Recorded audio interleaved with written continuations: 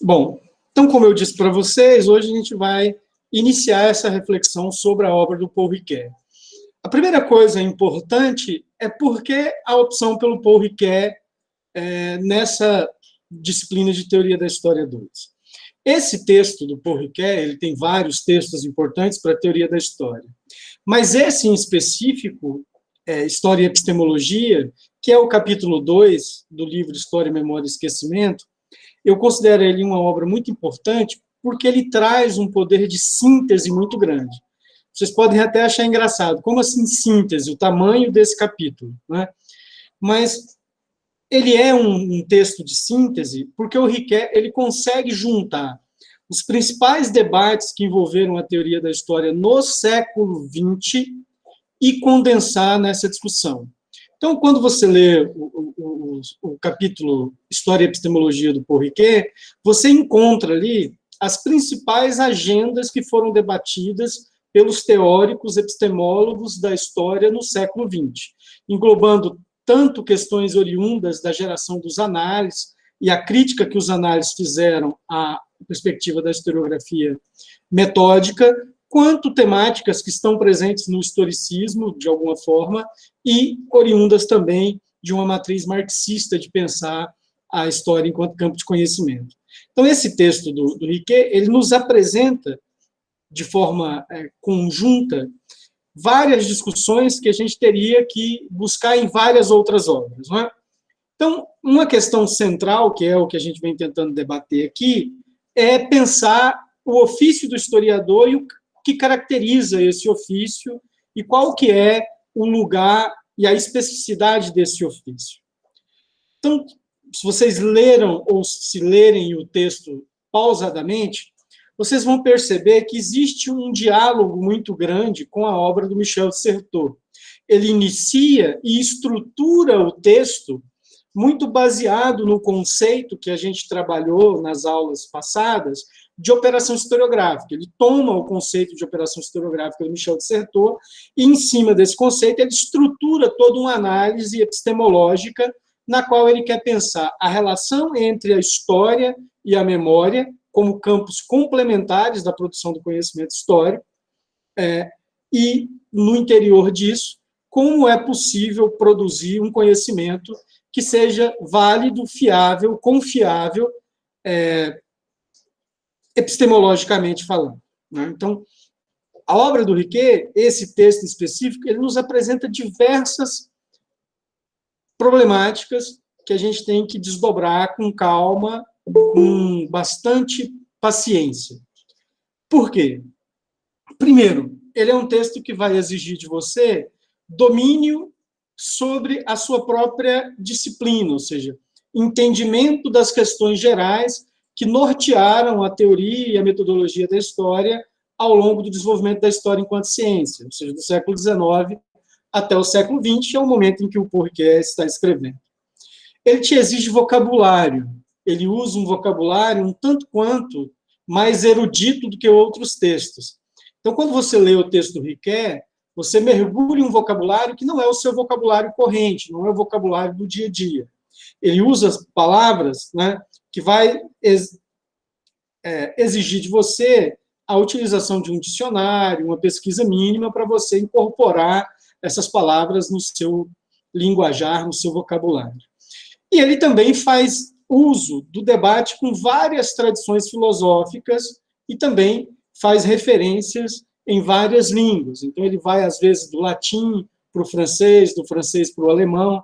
Volta e meia, você encontra alguma expressão no texto que vai do grego, passando pelo latim até o alemão. Então, ele é um texto de erudição. Para você enfrentar um texto como esse, tem que ser com calma, com paciência e com dedicação. Ou seja, você tem que lê-lo pausadamente, tem que ir fichando parte por parte e tentar entender como que, no conjunto geral do texto, ele está tentando pensar uma epistemologia da história que pressupõe uma relação intrínseca da história com a memória na produção de narrativas históricas que configuram a elaboração do sentido histórico, na qual a ciência histórica seria a instância mais qualificada e legítima para a produção dessas narrativas. Então, Paul Ricoeur é um filósofo, mas ele não está produzindo uma discussão filosófica, pelo menos não nesse texto. Ele tem várias outras obras de cunho filosófico, né?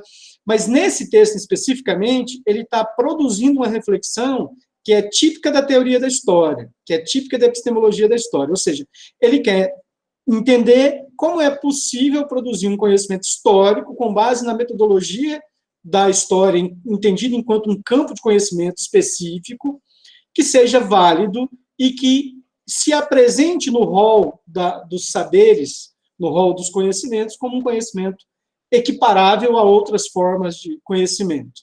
Então, ele está preocupado com a relação entre história e memória, ele está preocupado com a relação entre história e o discurso, separando discurso histórico de discurso ficcional, é uma discussão central no pensamento dele, e ele está muito preocupado com as questões que envolvem a reflexão sobre representação e narrativa, que é a questão central que ele trabalhou na sua obra inicial, O Tempo e Narrativa.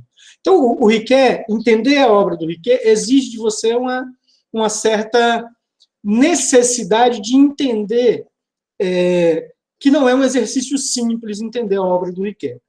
Eu me lembro quando eu fui estudar o Ricoeur no mestrado, para a gente chegar nesse livro, a gente leu o José da Assunção Barros, acho que no volume 4 dessa coleção Teorias da História, ele tem um texto lá, um capítulo, onde ele tenta situar o Ricoeur no campo historiográfico. E para entender o Ricoeur, ele criou um conceito próprio, né? Porque ele tem um livro para o historicismo, um livro para o positivismo, um livro para o marxismo e um livro para a escola das análises. No livro que ele se dedica a estudar o Ricoeur, ele teve que cunhar um conceito próprio, que é o de historiografia dissonante, porque o Ricoeur não encaixa em nenhum desses rótulos que ele havia construído para pensar a historiografia e a teoria da história no século XIX e XX. Então, o Ricoeur, ele transita por várias tradições filosóficas, que vai da epistemologia, da fenomenologia, à hermenêutica, e, em certo sentido, quando ele está refletindo sobre epistemologia histórica, ele também está produzindo a partir de uma teoria do conhecimento que dialoga com a filosofia analítica.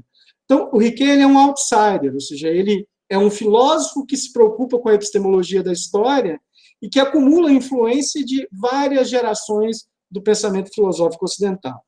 Então, é sempre uma lição de humildade você entender um autor como Ricoeur. Então, você tem que pegar parte a parte, ler os seus comentadores.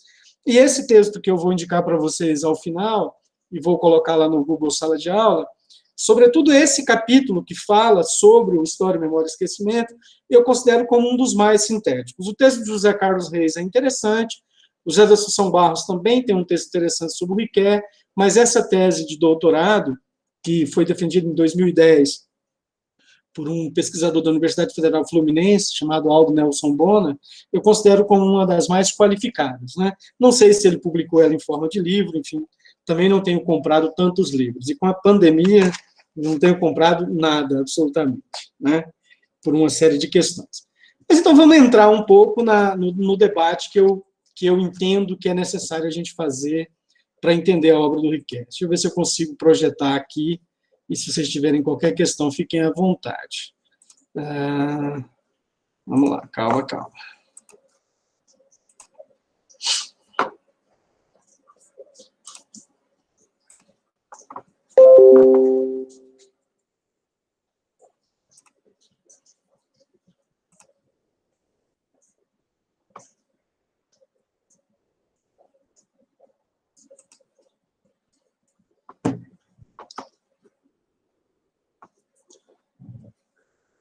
Estão conseguindo visualizar?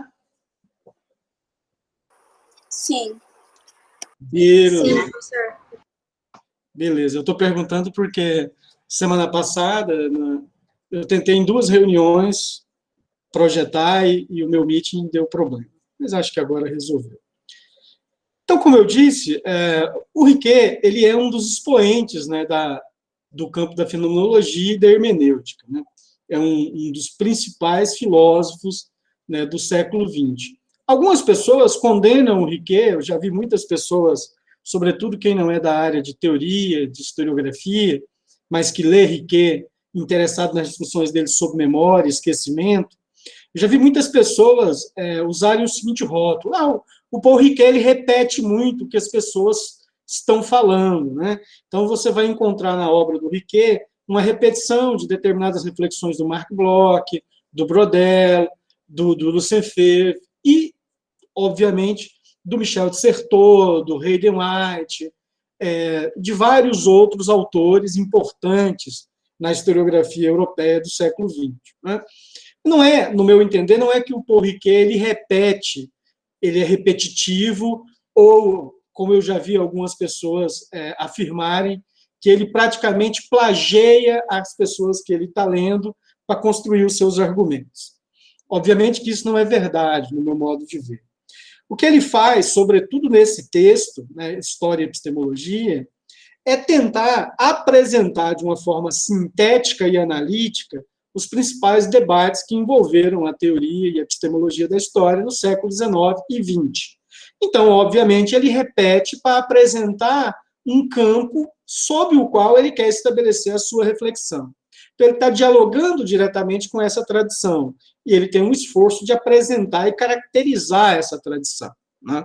Então, sim, você vai encontrar vários argumentos dos principais movimentos epistemológicos do século XX representados nesse livro. Até por isso eu escolhi ele, né?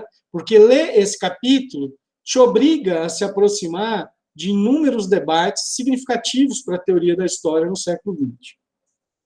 Então, ele é considerado um autor fundamental para a filosofia contemporânea e é visto como alguém que exerceu uma influência forte sobre Jacques Derrida, que ele cita diversas vezes na obra, e sobre François Lyotard, que também é um pensador significativo quando você se propõe a entender a história do tempo presente e o pós-modernismo como uma categoria definidora daquilo que a gente entende como pós-modernidade ou modernidade tardia. O Paul Riquet ele escreve há muito tempo e foi uma pessoa que viveu muito. Então, assim, ele tem uma obra gigantesca, gigantesca mesmo, né? Se nós fôssemos colocar aqui o título de todas as obras dele, a gente encheria uma página só com os títulos das obras. Ele escreveu muita coisa no campo da filosofia, ele escreveu muita coisa no campo da hermenêutica, ele escreveu algumas coisas que transitam entre uma teoria literária e uma ideia de filosofia hermenêutica. Então, ele tem uma produção vasta.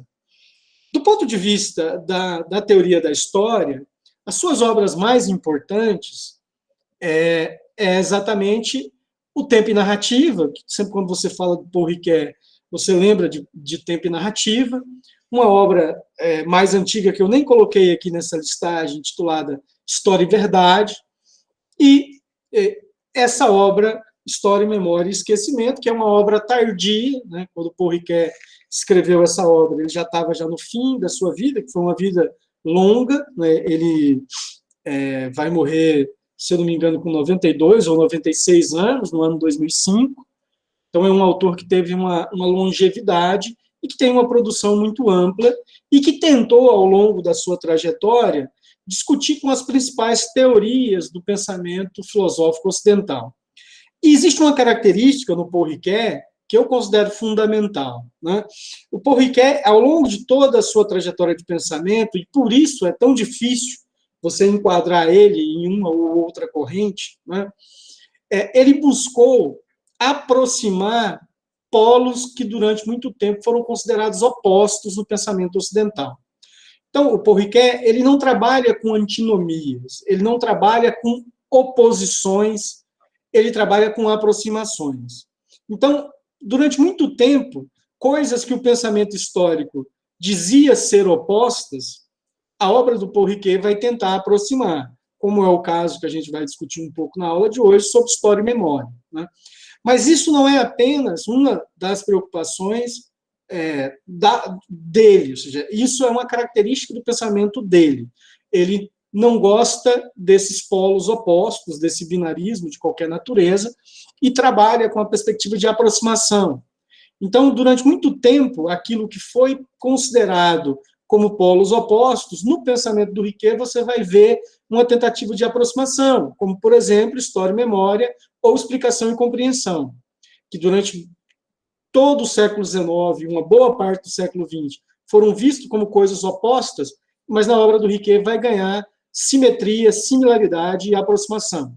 No caso de explicação e compreensão, que durante muito tempo foram tratados como categorias que distinguia aquilo que se chamava de ciências nomotéticas, ciências geográficas, no historicismo, ou seja, a distinção entre as ciências humanas e as ciências naturais, no Paul Riquet vai se tornar parte de um mesmo processo de produção do conhecimento histórico. Então, essa é uma característica do pensamento do Riquet, aproximar polos que, aparentemente, o pensamento ocidental considerava como inaproximáveis, né? Então, é uma perspectiva que é distinta de outros autores e que a gente tem que tentar entender com mais vagar para entender a obra do Paul Riquet. Então, eu destaquei aqui as principais obras: Tempo Narrativa, Teoria da Interpretação, Conflito das Interpretações, O Justo, o Amor e a Justiça, A Crítica e a Convicção, A Metáfora Viva, que também é uma obra muito importante, de grande recepção aqui no Brasil, Em Torno ao Político, eu não conheço muito essa obra, da Interpretação, Ensaio sobre Freud, é uma obra que eu tenho muito interesse de ler, mas ainda não li, e A História, a Memória e o Esquecimento, que é a obra alvo da nossa discussão na aula de hoje, né? Existe uma característica assim, do pensamento do Paul Riquet e dessa obra, né? Essa obra, ela é uma obra dividida em 3 partes, né? E o Paul Riquet, ele tem uma métrica nessa obra, né? Então, cada capítulo, ele apresenta um prólogo, uma nota explicativa, onde ele traz as ideias centrais que ele pretende discutir em todo o capítulo. E o livro é dividido em 3 partes, e cada uma das 3 partes são divididas em 3 partes. A primeira parte da obra, ele dedica à memória, ao que ele chama de uma fenomenologia da memória, ou seja, entender o que é a memória na sua existência, ou seja, na sua fenomenologia. É um diálogo longo que ele faz com a memória na tradição ocidental, a partir da herança do Platão, até chegar nas discussões mais recentes, que envolvem a sociologia francesa, sobretudo Maurice Halbach, e, posteriormente, já na segunda metade do século XX, o Pierre Nora e a Escola dos Análises, de uma forma geral. A segunda parte, que é essa que nós vamos ler, intitulada História e Epistemologia, ele vai também dividir ela em 3 partes, e o interesse dele é entender, se na primeira parte ele quer entender o que é a memória enquanto um fenômeno da produção de sentido sobre a experiência temporal do passado, na segunda parte ele quer entender a história enquanto um conhecimento que, diferentemente da memória, se estrutura com base em uma epistemologia, ou seja, enquanto um conjunto de conhecimento que postula a necessidade de ver a si mesma como um saber científico, né? Então, essa é uma preocupação fundamental para o Riquet, é entender a história na sua dimensão epistêmica, ou seja, o que caracteriza o conhecimento histórico e em que medida esse conhecimento se aproxima ou se distancia da memória. E por que é importante a gente ponderar isso, né? A definição de memória e a definição de história era uma questão que estava posta no pensamento francês desde o início do século, mas que foi ganhando conotações cada vez mais específicas ao longo do século XX. Então, para você entender essa obra do Paul Riquet, você primeiro tem que entender um pouco sobre a discussão que envolve a relação entre história e memória, sobretudo no pensamento francês, mas no pensamento ocidental de uma forma geral. Então, existe toda uma matriz de pensamento que começa lá no início do século XX, fim do século XIX, né, de pensar a memória numa tentativa de distinguir a história da memória, né? As primeiras obras, né, que vão tentar constituir a história enquanto um pensamento que se preocupa com uma teoria, um método e um objeto específico e que postula o desejo de se converter em uma ciência humana,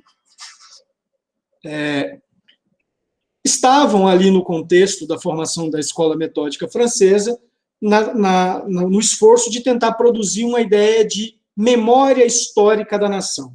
A ideia de que a história seria uma instância da produção do conhecimento que produziria e que traria visibilidade para a memória do Estado Nacional, e essa memória levaria à constituição de sentimentos como patriotismo, como nacionalismo, e você confundia memória e história. A memória do Estado Nacional era passada a crivo como sendo a história do povo francês ou do povo alemão.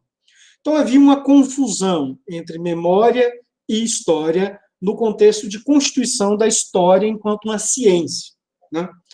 Então, a história, num primeiro momento, ela teve que se afastar desse imbricamento entre história e memória. Foi um dos primeiros movimentos que a história, enquanto conhecimento, teve que produzir ainda no século XIX. A principal obra que nos ajuda a entender essa questão é a obra do Maurice Halbach, Memória Coletiva, que é um sociólogo de origem francesa, de orientação durkheimiana, que vai, ali no início do século XX, conceituar o que é memória individual, o que é memória coletiva, e distinguir radicalmente memória de história. Por quê? Se anteriormente memória e história eram confundidas, não é? No início do século XX, era fundamental que você, na busca da construção de uma ideia de ciência, separasse memória de história, porque memória remete ao vivido, remete ao indivíduo, remete à experiência. A história, enquanto uma ciência, ela buscava se constituir como uma leitura crítica e analítica sobre o passado, que não tinha relação direta com o vivido ou com o indivíduo, porque a ideia da neutralidade axiológica foi uma ideia que perseguiu o pensamento histórico ao longo do século XIX, durante boa parte do século XX. A ideia de se produzir um conhecimento objetivo. Então, nessa seara, no início do século XX, você faz uma distinção entre história e memória, pressupondo memória como subjetiva, a memória é do sujeito, a memória é do grupo, a memória é social. E a história, enquanto conhecimento, seria um conhecimento objetivo, um conhecimento racional, pautado em regras, pautado em técnicas, e que, portanto, o passado narrado pela memória e o passado narrado pela história não eram a mesma coisa. Havia uma distinção entre a memória e a história, e mais do que uma distinção, a memória, para o Halbach, era mais significativa do que a história. Por quê? Porque a história era um recorte, era uma visão externa sobre um acontecimento. Halbach caracteriza a memória coletiva como sendo um elemento vivo das expressões da vivência humana. Nesse sentido, quando você fala de memória individual ou coletiva, você está falando de grupos sociais, e a vivência desses grupos sociais produzem narrativas, produzem significação, e essas memórias elas se reproduzem pela oralidade no interior do próprio grupo. Então, a memória é algo vivo. A memória é um passado presente. A história é um passado recortado, limitado, no qual o indivíduo não se reconhece. Então, a partir do Halbach, você começa a olhar para a memória e para a história como procedimentos diferentes de pensar a significação do passado no presente. A memória é viva, a memória é subjetiva, a memória atualiza o passado no presente. A história é crítica, a história é seletiva. Nesse sentido, a história, ela, por ser objetiva, ela apresenta um passado no qual o reconhecimento desse passado como presente não é imediato. Essa é uma discussão central para o pensamento histórico na primeira parte do século XX. Se você lê a obra do Jacques Legoff, História e Memória, você vai encontrar essa tentativa também de definir história e memória, e colocar em contraposição história e memória como movimentos distintos. No caso do Halbach, é claro, uma valorização e uma crítica à ideia de memória histórica. Para o Halbach, memória coletiva é uma coisa, memória individual é outra, que tem que ser entendida na relação com a memória coletiva, mas a memória histórica seria um equívoco. Então, a história não produz memória, ela produz um conhecimento limitado, baseado num recorte e num olhar objetivo que, diferente da memória, não fala de um passado vivo, mas de um passado que interessa a um determinado olhar. Nesse sentido, a memória seria o elemento que te possibilitaria um contato com a vivência histórica ou com um passado mais próximo da, abre aspas, verdade. Então, há uma clara distinção entre história e memória. Se você pega o Pierre Nora, que é um autor que transita entre a geração dos análises, né, da segunda e da terceira geração, você vai encontrar na obra clássica dele, intitulado História e Memória, a Problemática dos Lugares, você vai encontrar ali também uma definição de história e memória e uma tentativa de aproximar o que ele chama de uma crise da memória ou de uma abundância da memória, né? Essa crise da memória seria causada pelo processo de aceleração. Então, nessa sociedade onde as pessoas estão vivendo muito aceleradamente, que isso é uma dinâmica do capitalismo, daquilo que a gente chama como globalização, esse processo de aceleração vai fazer com que as pessoas perdam o contato ou o domínio com as experiências e com as relações que elas estabelecem com o passado e com a tradição.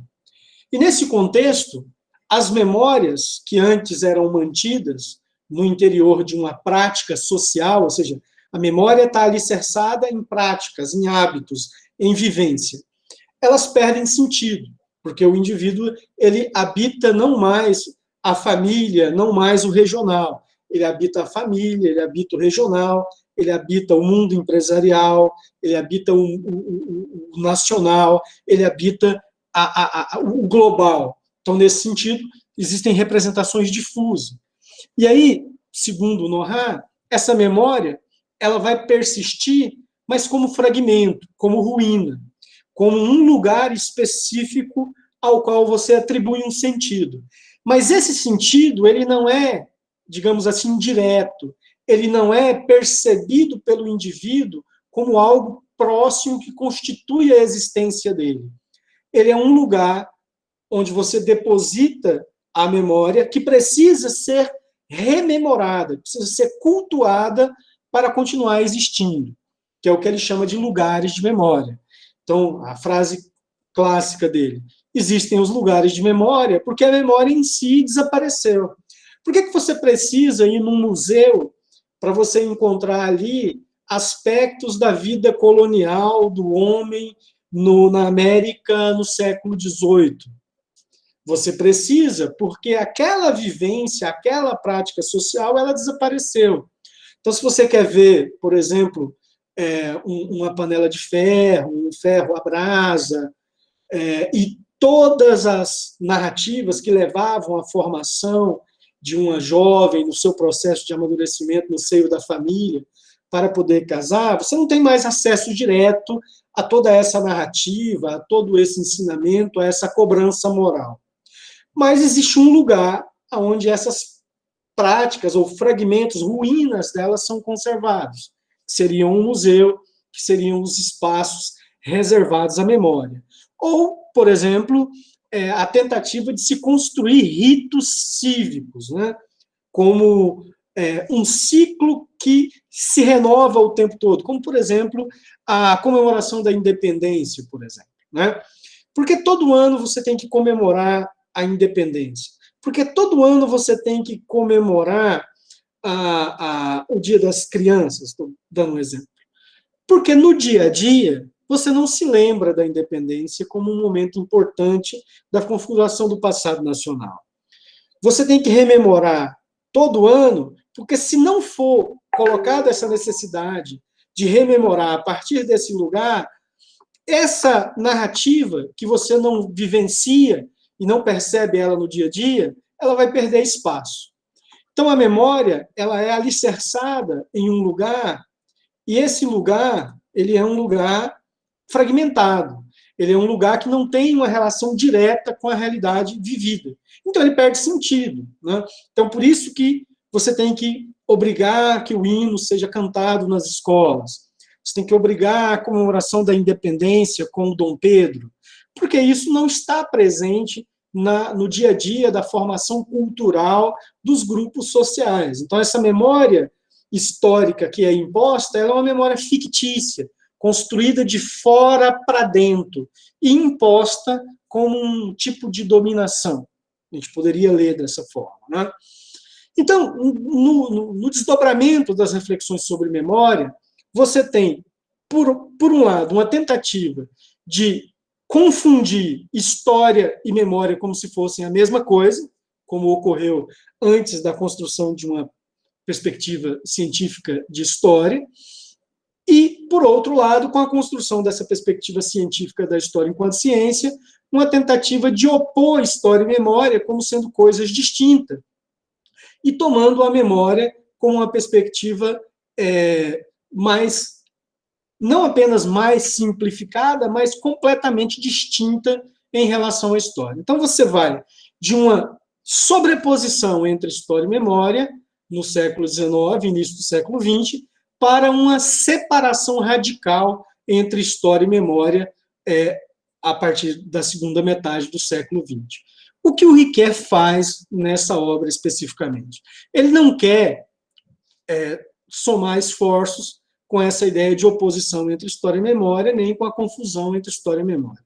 Para ele, são elementos distintos de uma produção de sentido sobre a experiência temporal, que se processa por meio da elaboração de narrativas, que constituem um sentido sobre a experiência temporal humana, que são similares, complementares, mas que são distintas. Então, a questão para ele não é aproximar a história de memória ou afastar a história da memória. Para ele, o que realmente importa é entender, na especificidade de cada uma delas, o que configuraria tanto memória, quanto história, quanto esquecimento, como formas de produção de sentido sobre a experiência temporal que se opera por meio das narrativas. Nesse sentido, memória, história e esquecimento são partes de um processo de significação da vida humana. Notem, ele não está colocando uma como diferente ou como superior à outra. São partes de um processo. E ele diz claramente no texto. Quando ele escreveu Tempo e Narrativa, isso praticamente mais de 3 décadas antes da escrita de Tempo, de Memória, História e Esquecimento, ele tratou apenas com tempo e narrativa como elementos de produção de sentido sobre a experiência do passado, buscando distinguir a diferença entre narrativa ficcional e narrativa histórica. Ele reconhece que foi um equívoco, porque não é apenas história e memória esse par de produção de sentido. O esquecimento também faz parte e tem que ser pensado como um elemento constituinte das narrativas, que perpassam memória, história e também esquecimento. Então, notem, ele reformula uma premissa do seu próprio pensamento. Ele entra num debate onde você tem metade de uma geração dizendo que história, enquanto ciência, é uma coisa e memória é outra, e você tem uma tradição que diz que história e memória é a mesma coisa.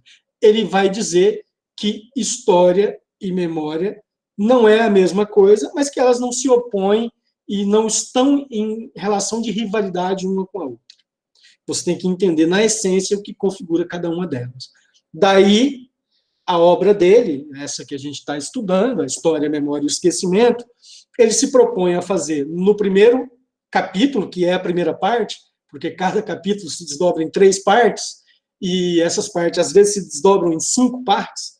Então, no primeiro capítulo, ele quer pensar uma fenomenologia da história. No segundo, a constituição epistemológica da história enquanto conhecimento. E no terceiro, o que ele chama de uma hermenêutica da condição do sujeito humano, que é visto como histórico por excelência, né? Que é um primado, que eu poderia dizer, historicista, né? do pensamento do Riquet. Então, a estrutura da obra é essa.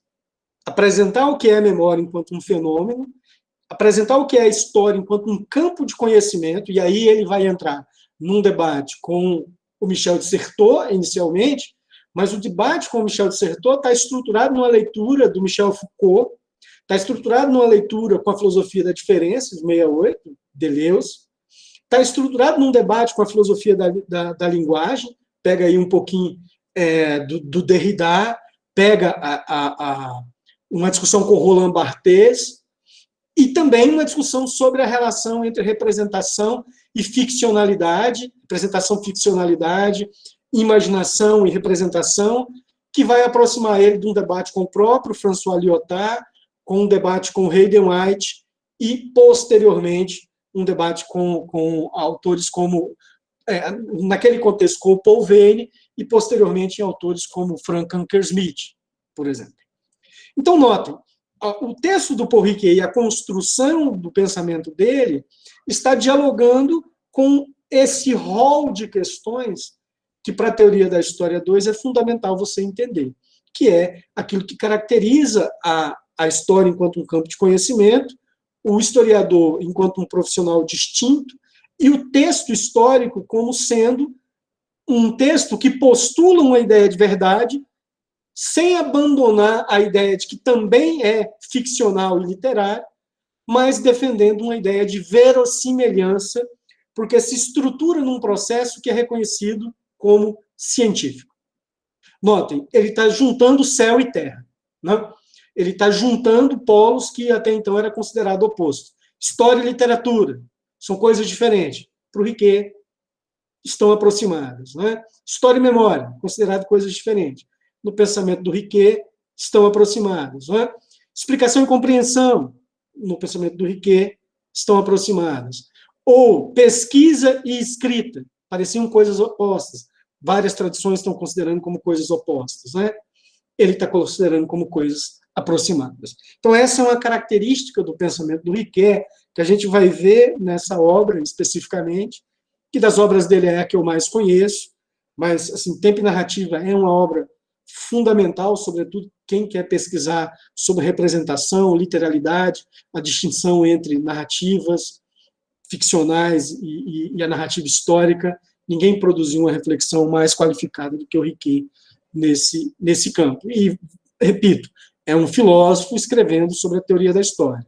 Mas ele não está produzindo uma filosofia da história, ele está preocupado com a compreensão da produção do conhecimento histórico na busca da justificação da singularidade desse conhecimento como sendo científico, ou seja, ele produz uma representação balizada do passado, sem perder aquilo que o Roland Barthes chama de o sentido do real, ou seja, o texto histórico ele se diferencia de outros textos, porque ele está preso a um sentido do real, que não é prefigurado pelas fontes ou pelos conceitos, mas que tem a ver uma relação direta com o passado enquanto uma presença ausente, né? Que é um conceito do Platão que você vai encontrar muito no texto do Aristóteles. O que é a memória? Né? Memória é uma presença ausente.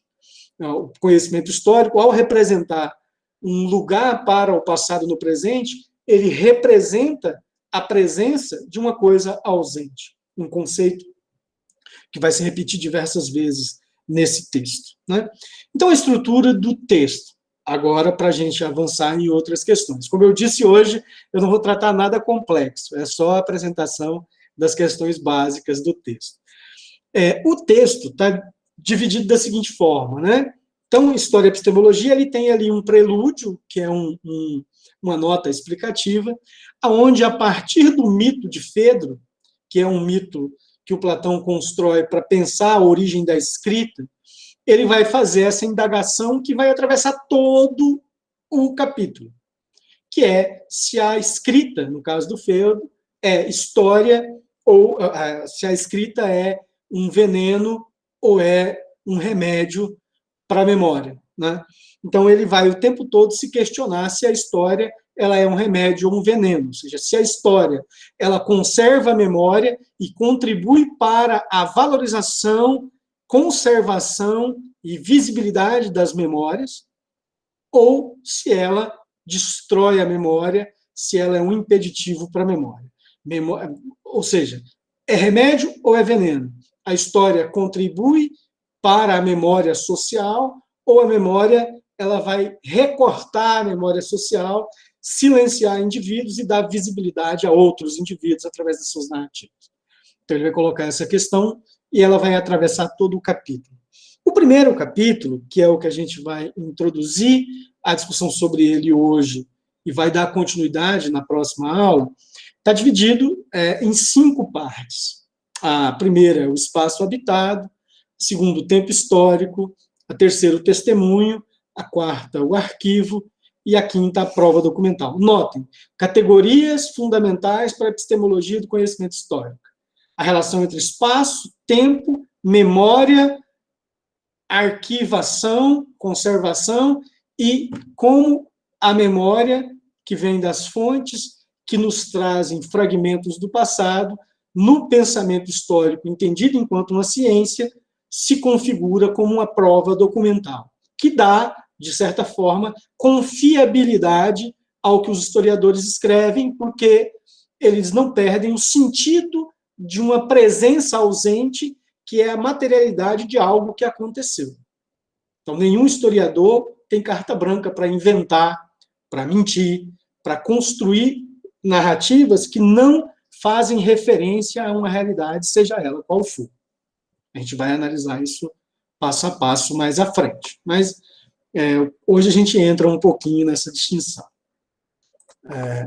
Uma outra questão que eu gostaria de colocar para vocês, até para a gente olhar para o texto como um todo, o segundo capítulo, ele vai dividir, vai ser intitulado Explicação e Compreensão, onde ele vai dividir também em várias partes a promoção da história das mentalidades, onde ele faz uma releitura daquilo que a gente leu na obra de François Doss, sobre a historiografia dos análises, sobre os mestres do rigor, onde ele vai dialogar com a concepção do pensamento do Foucault, Michel de Certeau e o Norbert Elias, da ideia de mentalidade à de representação, onde ele analisa uma espécie de uma linha evolutiva do pensamento historiográfico francês, da ideia de mentalidade para a ideia de representação, e dentro dessa linha evolutiva, que eu estou chamando de evolutiva, mas não é evolutiva, mas de uma linha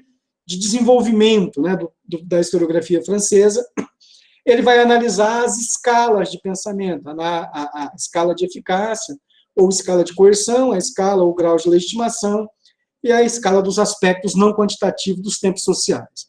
Nesse momento do texto, há uma aproximação muito grande entre o que o Riquet está falando e aquilo que a gente leu na obra do François Doss, sobretudo no terceiro capítulo, que a gente não deteu muito atenção a ele, que é o que o Doss está chamando de história em migalhas. Nesse capítulo, a gente vai entender como que se constrói epistemologias do conhecimento histórico sustentada a partir de pressupostos e de escalas completamente diferentes. Então, ao longo do século XX, você vai de uma ideia de uma história global, de uma história total, até a ideia de uma antropologia histórica que se preocupa com coisas cada vez mais ínfimas. Então, dependendo da escala de análise que se estabelece, o historiador vai ver uma coisa. Ele vai ver uma macroestrutura ou ele vai ver uma estrutura cada vez mais micro. Então, ele vai estar analisando dessa história total a uma microhistória italiana. Então, há uma presença muito grande desse movimento que vai ocorrer no século XX, de variação de escalas de produção do pensamento histórico. É por isso que surge na historiografia moderna, quando eu digo moderna, estou dizendo do século XX, variadas concepções de história, de objeto histórico, de pesquisa histórica, que é uma coisa que eu quero que vocês vejam lá na definição teórica das linhas dos programas de pós-graduação, ou seja, como a ideia do que é importante para se pesquisar, para se produzir no campo da ciência histórica, pode ganhar conotações tão diferentes, mesmo dentro de espaços tão próximos. Então, esse capítulo ele é central para a gente entender.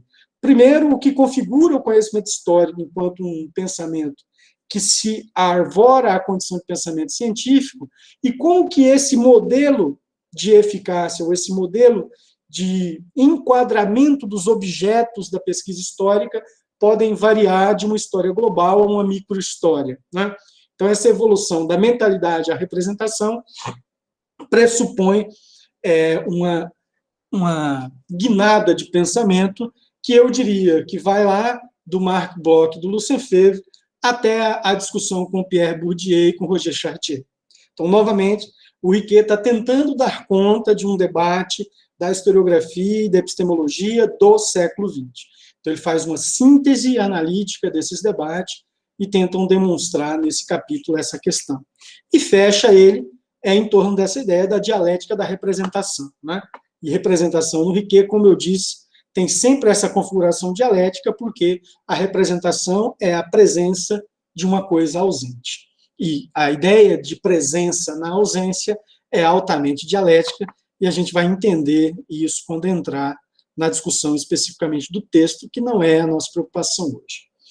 A representação historiadora, que seria a terceira parte, é onde está ali a síntese, digamos, a síntese não, a apoteose, né, do pensamento do Riquet, aonde ele vai apresentar a sua noção de representância ou de representação historiadora, que é um dos conceitos fundamentais para a gente entender o que é a escrita da história na perspectiva riquetiana, né? Ele está dividido em 4 partes: representação e narração, representação e retórica, a representação historiadora e os prestígios da imagem e representância.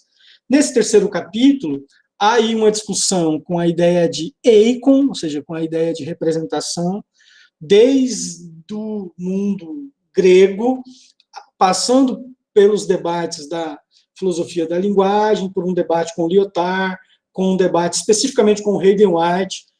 O Riquet vai apresentar nesse capítulo uma espécie de uma síntese das ideias básicas do Hayden White, apresentadas lá no livro clássico, A Meta-História, e como essa ideia de representação literária e representação historiadora possuem conotações distintas, mas que você não tem que abandonar esse conceito de representação literária, ou de representação imagética, ou até mesmo representação pictórica, como sendo distinto. Então, ele vai tentar fazer uma aproximação dessa ideia de representação historiadora. Eu não sei se vocês perceberam, mas me parece bastante perceptível,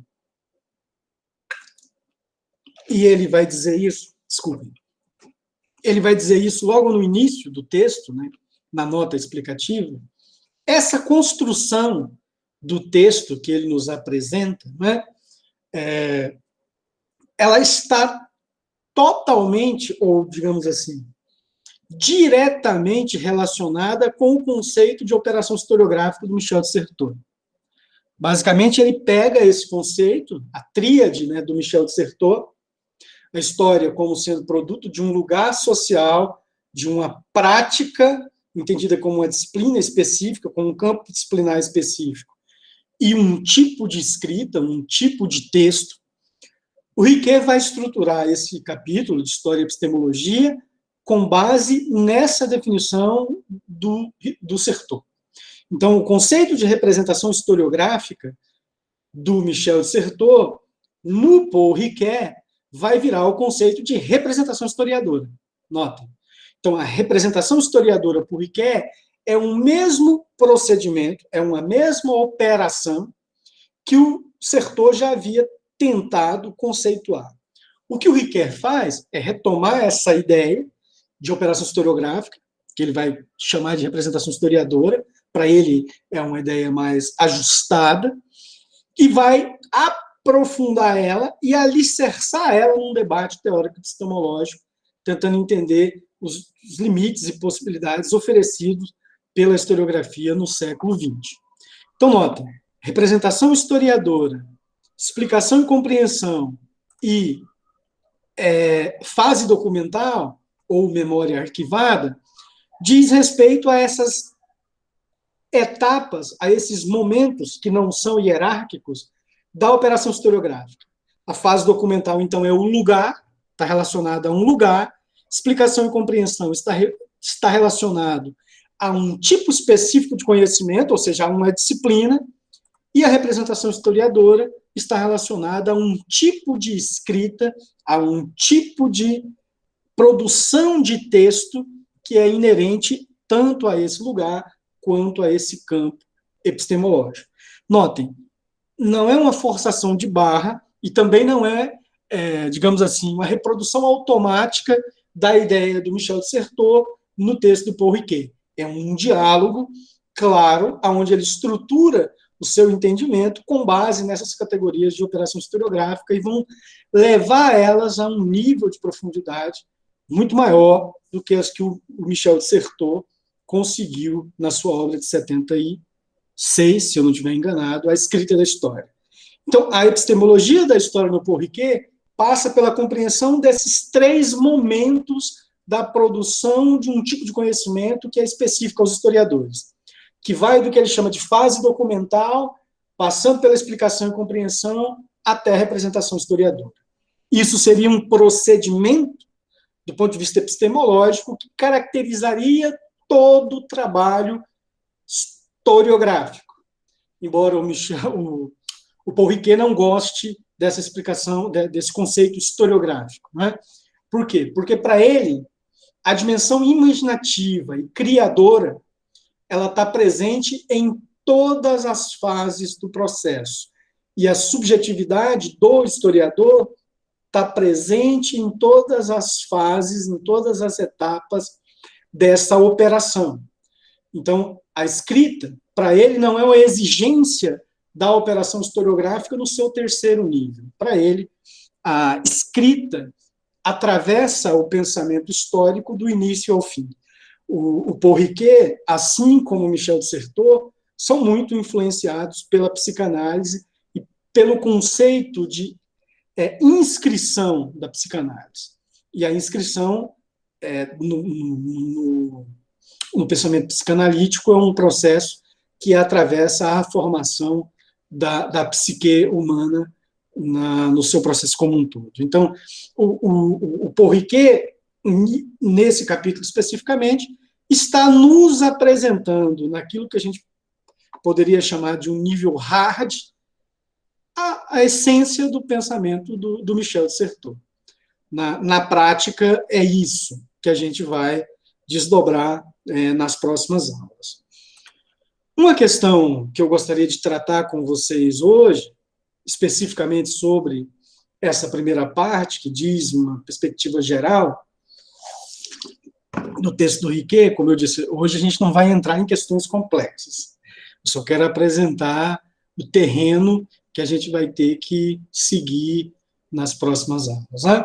Então, uma questão central, como eu disse, em História e Epistemologia, é pensar essa relação da escrita ou da história, entendido como uma prática de registro, como sendo um remédio para a memória ou um veneno. Né? Então, esse mito e esse diálogo com o mito do Fedro atravessa toda a obra, né? Porque, para ele, o que é importante é pensar essa aproximação entre história e memória e não essa antinomia. A história não tem que ser remédio ou veneno, ela pode ser as duas coisas. Né? Ela pode ser veneno e ela pode ser remédio. A memória, ela pode ser remédio e ela pode ser veneno. O que interessa é você entender a constituição específica de cada uma delas e como a história pode ser veneno em determinadas circunstâncias e pode ser remédio em outros. Né? Então, a história não é uma coisa só, ela pode possuir diversas conotações. E aí, a questão, então, que atravessa toda a obra é uma reflexão sobre a escrita. Né? Então, essa obra está dialogando com a ideia de escrita da história. É por isso que, para você entender a obra do Paul Ricoeur, você tem que entender ela numa relação com a obra do Michel de Certeau, numa relação com a obra Teoria da História do Riesing, também com a obra do Paul Veyne e também com a obra do Hayden White. Tá? Um diálogo ali claro, direto, envolvendo essas 4 obras que, aqui no Brasil, são as principais obras lidas quando se está falando da descoberta da escrita como um problema para a teoria da história. Né? Então, a escrita surgindo como um problema para a teoria da história. É um problema da epistemologia do conhecimento histórico no século XX. Até a década de 60 não se questionava sobre essas questões de uma forma tão sistemática como elas irão aparecer nesse contexto. É por isso que essa geração pós-68 vai colocar a escrita como um problema para a epistemologia do conhecimento histórico. Uma questão central, que quem nos chama a atenção é esse texto que eu vou deixar para vocês lá hoje, no Google Sala de Aula, é que o Riquet ele vai adotar essa expressão operação historiográfica para caracterizar esses três momentos da composição da intriga histórica, como eu falei para vocês. A fase documental, que vai desde a declaração dos testemunhos oculares, a constituição dos arquivos, com vistas à elaboração da prova documental. Então, o primeiro momento do que ele está chamando de uma representação historiadora começa, ou o primeiro momento de uma epistemologia histórica, começa com a definição do que é o lugar, do que é o tempo, do que é a própria noção de fonte, de arquivo e a própria ideia de prova testemunhal. Esse seria um primeiro momento da construção do pensamento histórico, que se quer como um pensamento válido academicamente, cientificamente. Então, a fase explicativa, compreensiva, se refere à resposta que o historiador vai ter que dar aos seus críticos quando indagam sobre o sentido de verdade que o texto histórico porta.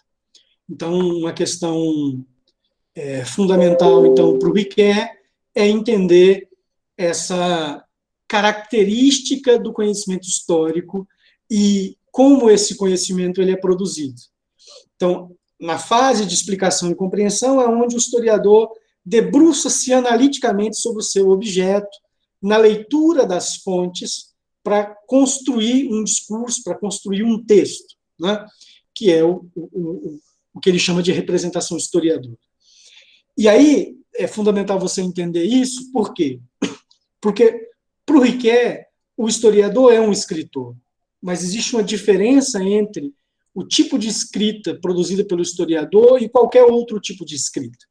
E a questão central é aquilo que o Roland Barthes chama de o sentido do real.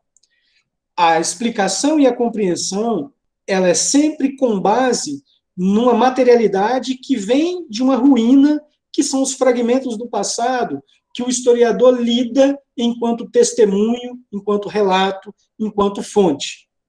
E, com base nessas técnicas de compreensão e de explicação, de análise documental, ele vai produzir uma reflexão em forma de narrativa que será apresentada, né? E essa narrativa tem uma pretensão de verdade, porque ela não perde de vista essa ideia de sentido do real, né?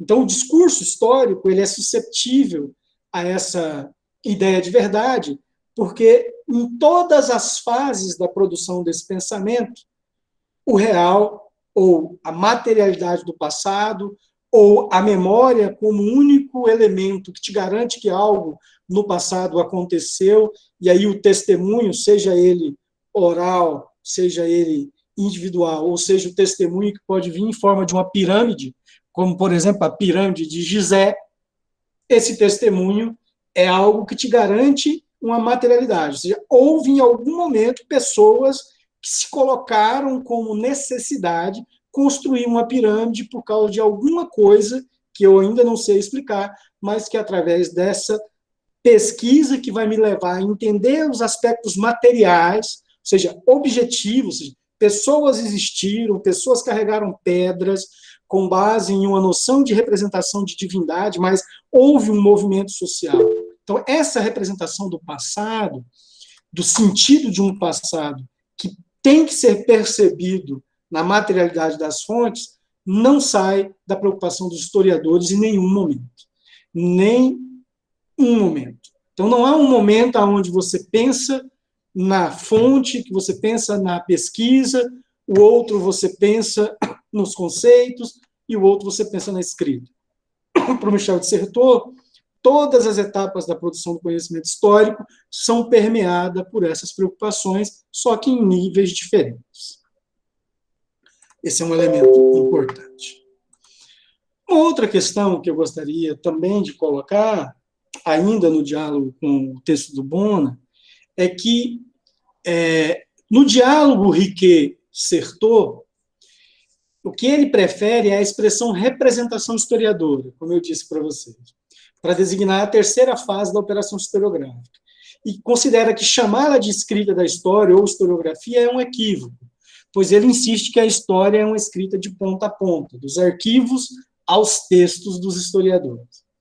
Então, o Riquet se aproxima do Certeau, ele vai fazer uso do conceito de operação historiográfica, do Certeau, ele vai construir uma reflexão epistemológica que defina e que defende a história enquanto ciência, mas também enquanto escrita, enquanto produtora de uma representação que não é similar ao passado, mas que também lida com a estética, com a representação e com a imagem de um passado. Então, o texto histórico e a história são coisas diferentes, né?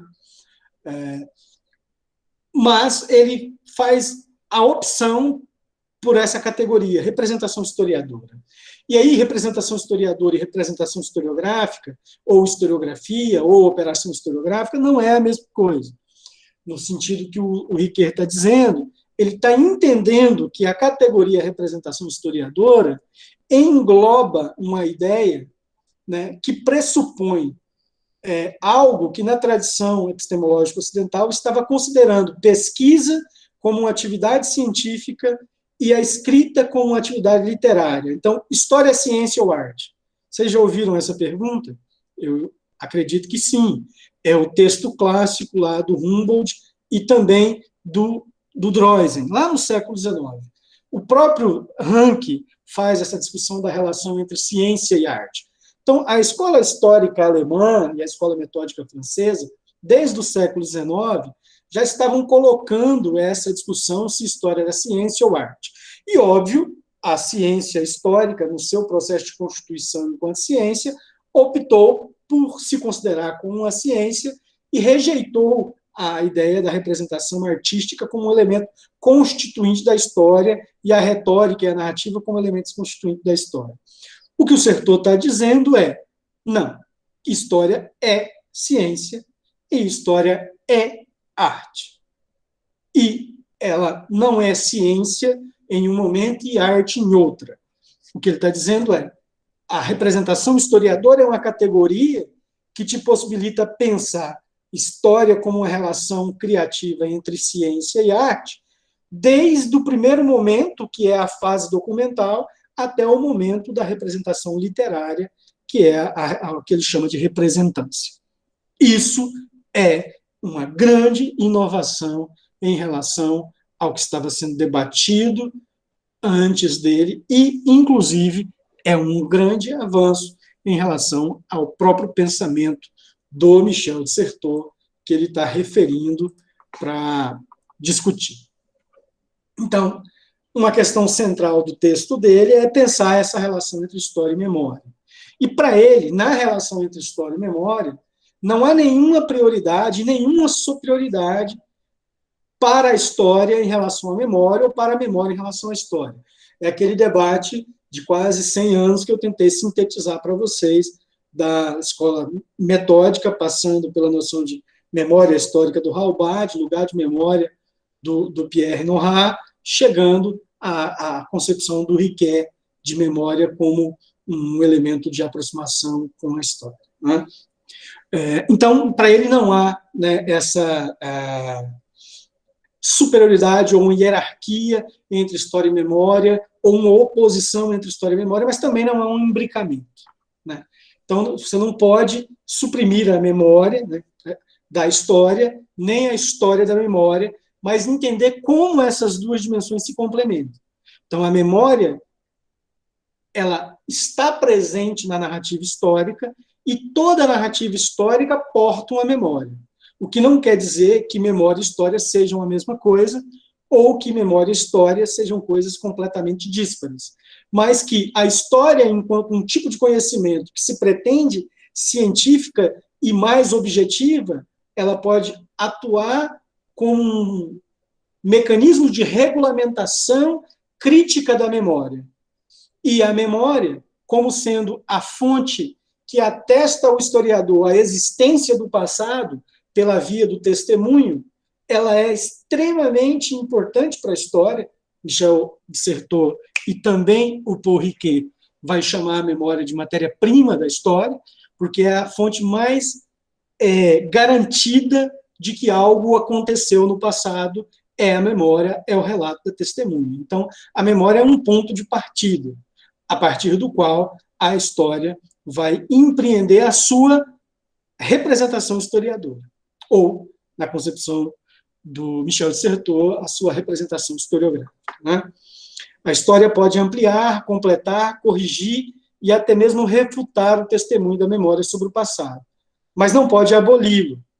Isso porque a memória continua sendo a guardiã do que aconteceu no passado. Então, a memória e a história estão em diálogo. A história não supera, não é melhor do que a memória, ela só presta a papéis distintos que têm que ser entendidos na sua fenomenologia e na sua constituição epistemológica, e esse é o objetivo central da obra do Riquet. Por isso ele estrutura, né, o texto dessa forma que a gente está tentando falar. Para encaminhar para os finalmente dessa nossa discussão de hoje, ainda no diálogo com o texto do Bona, é nesse termo que se pensa a reciprocidade da relação entre história e memória como sendo complementar. No vínculo com o passado, é tão necessário o nexo direto da memória como a ambição de verdade da história. Longe de serem opostas, história e memória são complementares e exercem uma sobre a outra uma fecundação recíproca. Olha o termo, fecundação recíproca. Ou seja, há um processo de constituição criativa que aproxima história e memória. Por outro lado, longe de se fundirem, a memória é para a história a sua matriz, enquanto a história é para a memória o seu espírito crítico, a condição de seu exercício regular. Para além disso, tanto a história como a memória são produções de um sujeito, quer individual ou coletivo, e constituem partes do caminho que constitui uma via longa de acesso ao sujeito na hermenêutica riquetiana. Então, o que é a memória para o Riquet? A memória para o Riquet é um ancoradouro, é um porto seguro para a produção do conhecimento histórico. A memória não é confiável, né? Mas a memória é o que há de mais confiável, de mais material para você atestar que algo efetivamente aconteceu no passado. Então, para o Riquet, a memória não é confiável, ela tem que ser criticada pela memória. As fontes, os testemunhos que remetem à memória têm que ser submetidos a um crivo, a um juízo crítico. A história duvida da memória. Porém, não há garantia maior do que a memória para você atestar que algo efetivamente ocorreu no passado, e a pretensão da memória é representar, e a pretensão da história é compreender o passado com base numa materialidade. Nesse sentido, então, a memória é uma fonte inescapável para a história e é um elemento subsidiar do pensamento histórico. Longe de se opor, longe de se confundir, ela é algo completamente distinto, mas que é um elemento base para a produção desse conhecimento histórico, ao qual ele quer apresentar uma epistemologia. Dito isso, eu acredito que já apresentei alguns elementos mínimos para a gente entender. No próximo debate, o que eu vou apresentar para você é a caracterização de cada um desses capítulos, né? Então, para cada um desses capítulos, né, a gente vai entrar na discussão das partes que caracterizam esse texto. Né? Óbvio, eu não vou entrar nessa discussão com vocês hoje, porque se a gente for entrar na caracterização do que ele entende como espaço, habitado, não é espaço. Espaço pode ter múltiplas definições: espaço geográfico, espaço geométrico e espaço habitado. O historiador, na fase documental, ele preocupa-se com a compreensão material de um espaço, de um onde, né? E não é apenas o onde enquanto configuração geométrica. Onde aconteceu? Na casa da Mariana Manfrinati. É um lugar, né? Mas o que a casa da Mariana Manfrinati, enquanto espaço, significa, não é um universal categórico. Esse casa da Mariana pode significar diversas coisas. Para ela, para quem aluga a casa para ela, ou para os pais dela, para o boy que vai lá visitar ela, ou a mina que vai lá visitar ela, ou para os vizinhos que estão do lado. Então, um espaço, ele tem as suas configurações geométricas, tem as suas configurações geográficas. Ele está enquadrado num bairro, num município, num estado. Mas o espaço, enquanto uma categoria que permite ao historiador identificar uma materialidade, ele também remete a um significado. Então, é o espaço significado, é o espaço habitado. E esse espaço significado, ele pode ter diversas nuances. Assim como, por exemplo, a escola. A escola é um lugar que tem cadeira, que tem aluno, que tem professor. Mas esse espaço, ele pode ser representado de múltiplas formas. Então, o espaço só faz sentido a partir do momento que você compreende como o sujeito se relaciona com o espaço. Então, escola não diz tanto. Casa não diz tanto. Cidade não diz tanto. Mas qual a relação que o indivíduo tem com a casa? Qual a relação que o indivíduo tem com a escola? Se você tem 1000 alunos, você pode ter 1000 relações diferentes com a escola. Alguém vai para a escola porque ele quer merendar. Então, a escola é um lugar de alimentação. Alguém pode ir para a escola porque lá é um lugar de trabalho. Ele está ganhando salário para pôr comida na mesa no fim do dia. Escola pode ser um lugar de afetividade, é um lugar onde você vai para se descobrir sexualmente, afetivamente, na adolescência. Então, as pessoas habitam o espaço, que é, em tese, materialmente a mesma coisa, mas o mesmo espaço pode ser atribuído significados diferentes, múltiplos, relativos. Então, nesse primeiro momento da construção do conhecimento histórico, a definição do espaço é importante, mas também uma compreensão do tempo. Existe uma diferença entre o espaço habitado, do espaço geométrico e do espaço geográfico, assim como também existe uma diferença, ou múltiplas formas de definir o que é o tempo histórico. Isso o Riquet faz lá em Tempo e Narrativa, né? Mas aqui ele traz uma discussão muito interessante sobre o que é, sobre as diferenças de percepção do tempo, que o historiador tem que lidar, tanto na discussão da elaboração da fonte, como da presença que remete na fonte a um passado. Então, quando o historiador vai para construir um objeto, ele está sempre lidando com pelo menos 3 temporalidades. Não é um tempo. É o tempo do antigo no presente que virou passado e que, no futuro, alguém está analisando. Então, você tem ali uma imbricação de temporalidade. E o tempo ali também não é um dado universal, ele é relativo. Então, você fala de tempo cósmico, você fala de tempo do calendário, você pode pensar o tempo como medida, o tempo como estudo, né? Então, ele vai discutir com Pômia, né, para falar de cronometria, de cronosofia, de cronotopia, que são várias formas de perceber o tempo. Tempo humano, tempo cósmico e o tempo linear, que é o tempo do calendário. Então, no nosso próximo encontro, eu vou tentar definir cada um desses conceitos. E existe um problema aí. Por quê? Qual que é o problema? É muito fácil entender o que é espaço. É fácil. Você só precisa entender qual a relação da geografia com a história e como, desde a geografia vidaliana, lá com Pierre Vidal-Labranche, há uma aproximação do pensamento histórico com o pensamento geográfico, E aí há uma influência de uma ciência, que é a geografia, na construção de um pensamento que é o pensamento histórico. Então, um diálogo disciplinar, interdisciplinar, entre a geografia e a história, e a concepção de espaço, por mais que ela é oriunda de uma ciência do espaço, que é a geografia, ela também é fundamental para a história. Tempo histórico, a mesma coisa. Depois você chega na noção de arquivo, que não é arquivo não é apenas um lugar onde você encontra documentos velhos organizados de uma maneira. Arquivo é o núcleo de documentação histórica. Lá tem um arquivo de memória sobre a estrada noroeste do Brasil, que fechou.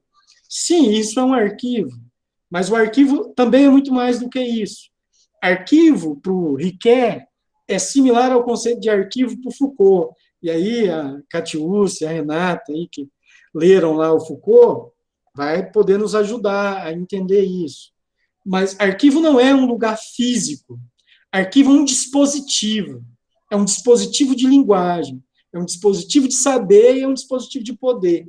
Arquivo é mais do que um lugar. Arquivo é um modo de pensar que determina o que deve ser guardado e o que deve ser esquecido. Então, o arquivo não é um lugar físico. Arquivo é um dispositivo de poder, que dá visibilidade a certas coisas e que inviabiliza outras. Por exemplo, né, aquele indivíduo que está hoje lá na Fundação Palmares, ele está sistematicamente retirando personagens de importância no processo de construção de uma história do Brasil marcada pela presença de afrodescendentes. Ele sistematicamente está retirando pessoas desse rol que a gente poderia considerar e considerava como agentes importantes da construção da história do Brasil, que eram afrodescendentes. Esse indivíduo sistematicamente está retirando o nome daquela lista. O que isso significa? Significa o empreendimento de um dispositivo de memória. Ele está dizendo que determinadas pessoas têm que ser esquecidas porque elas não são significativas para o pensamento nacional. Então, ali existe um dispositivo de arquivamento, que é um dispositivo de silenciamento, mas também um dispositivo de dar voz, né? Então, o arquivo é um dispositivo que permeia a construção das relações de poder-saber de uma sociedade. Então, quando você tem um museu, o museu não representa o passado na sua integralidade.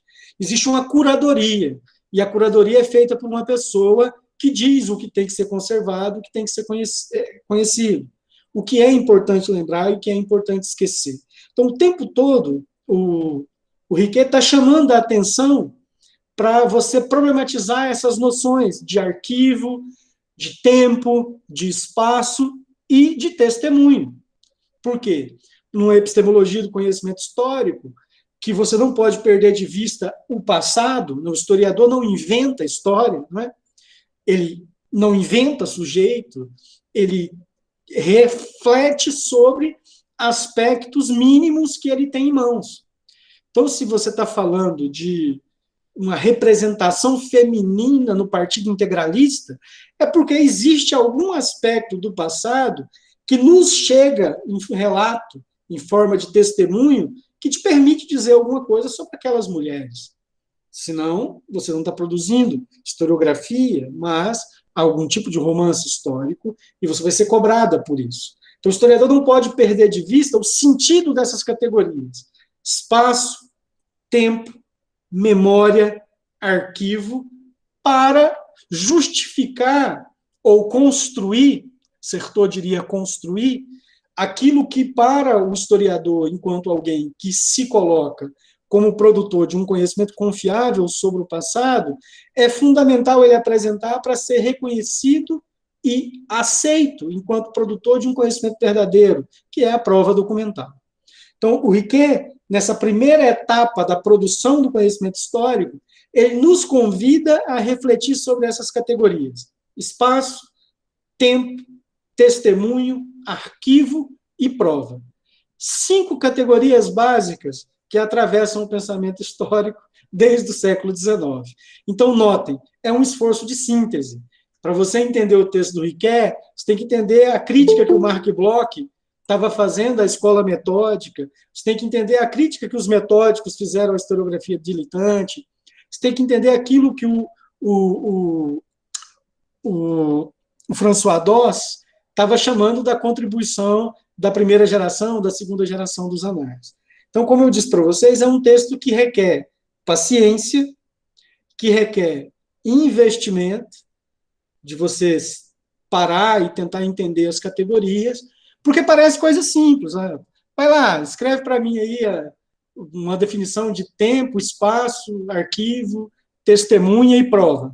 Parece fácil, mas discutir e apresentar uma definição dessas 5 categorias à luz de um debate que atravessa a historiografia francesa e ocidental, de certa forma, ao longo de todo o século XX, exige de você um domínio da tradição ao qual você está se habilitando a fazer parte enquanto acadêmico de um curso de história, ou seja, que é habilitar-se ao domínio dessa disciplina, desse saber específico, dessa técnica que nos define enquanto historiadores, em oposição a outras formas de conhecimento.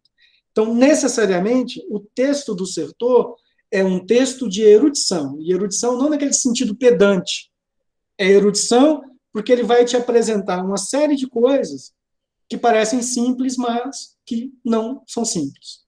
E que, no fim, isso ajuda a entender aquilo que define os historiadores enquanto um campo profissional, que é o que ele chama de representação historiadora. Então, a representação historiadora é permeada por 3 momentos. Cada um desses momentos é permeada por várias especificidades. E cada um desses momentos dialoga com o conceito de operação historiográfica do Certeau. É por isso que a gente falou tanto da operação historiográfica, porque a epistemologia da história do Paul Riquet está dialogando com aquele conceito de um lugar social, de uma disciplina com características e técnicas específicas e de um tipo de escrita. Né? E no Riquet isso vira uma fase documental, uma fase de explicação-compreensão e uma fase de representação historiadora, entendendo que não são fases no sentido hierárquico. Para o Riquet, isso é um procedimento criativo que perpassa a produção do conhecimento histórico, que é um conhecimento narrativo, que vai necessariamente lidar com as noções de tempo, memória, representação e esquecimento. Olha aí, que coisa fantástica, né? Genial. Ele engloba os principais conceitos, né? Que vocês lá no trabalho que a gente vai fazer da constituição das linhas teóricas dos programas de pós-graduação de História, vocês vão encontrar esses conceitos lá referendados, porque são conceitos que estruturam a história enquanto um campo de conhecimento. Então, memória, tempo, representação, narrativa, discurso, são características ou conceitos, categorias definidoras do campo historiográfico.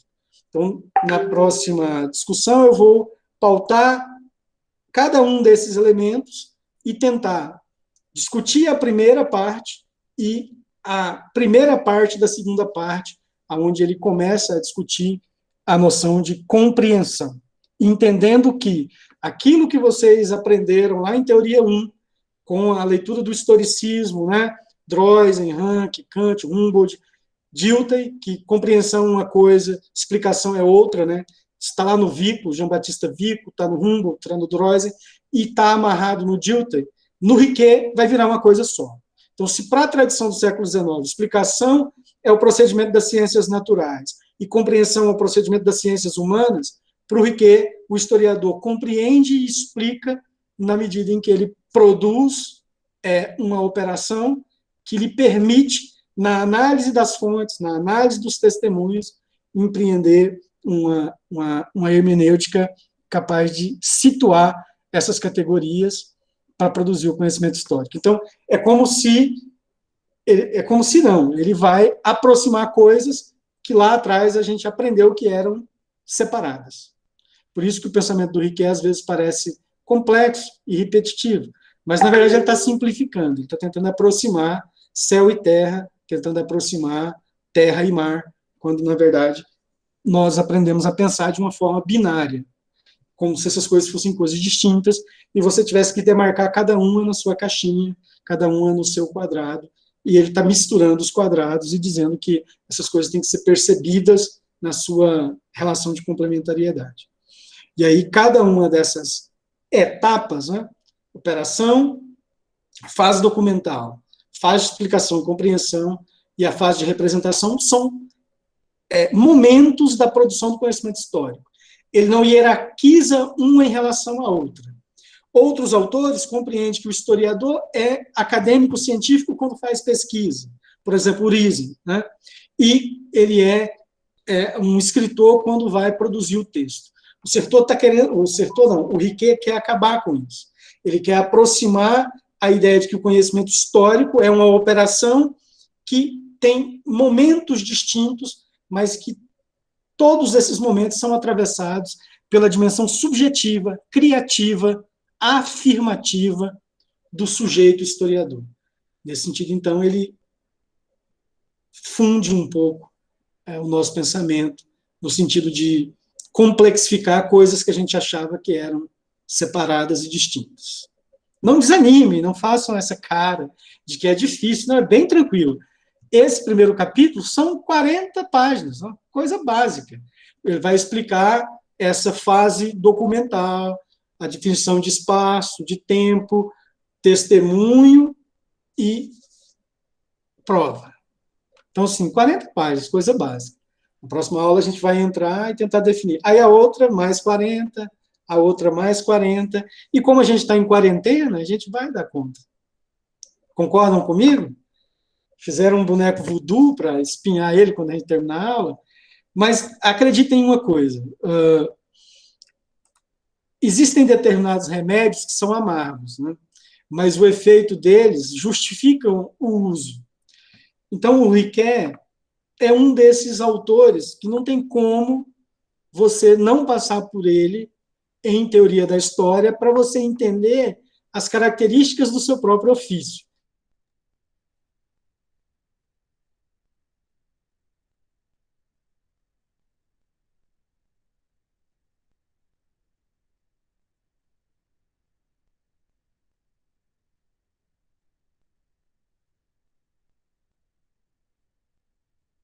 Professor, o microfone está desligado.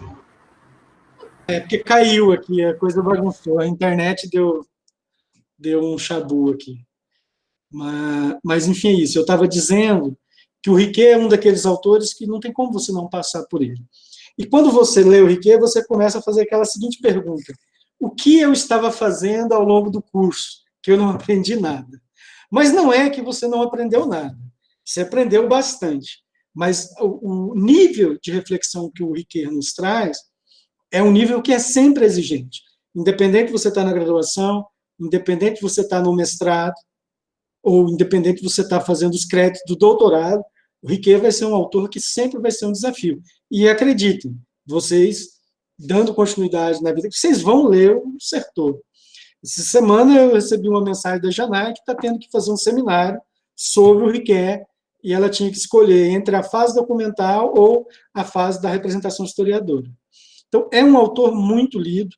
Desde que esse livro foi lançado, em 2005, ele já se tornou uma obra obrigatória nos programas de pós-graduação. E, no meu modo de ver, ele é um dos textos que te dá uma preparação de fundo para entender as principais discussões da teoria da história.